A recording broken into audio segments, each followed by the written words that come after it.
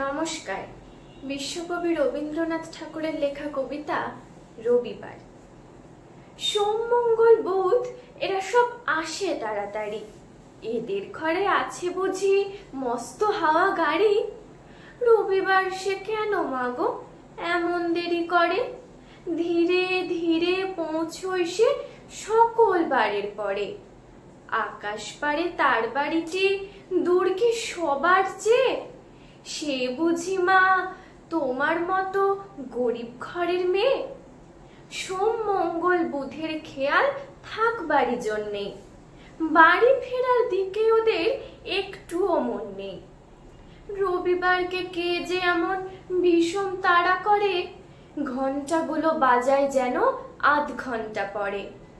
আকাশ পারে বাড়িতে তার কাজ আছে সবচেয়ে, সে বুঝি মা তোমার মতো গরিব ঘরের মেয়ে।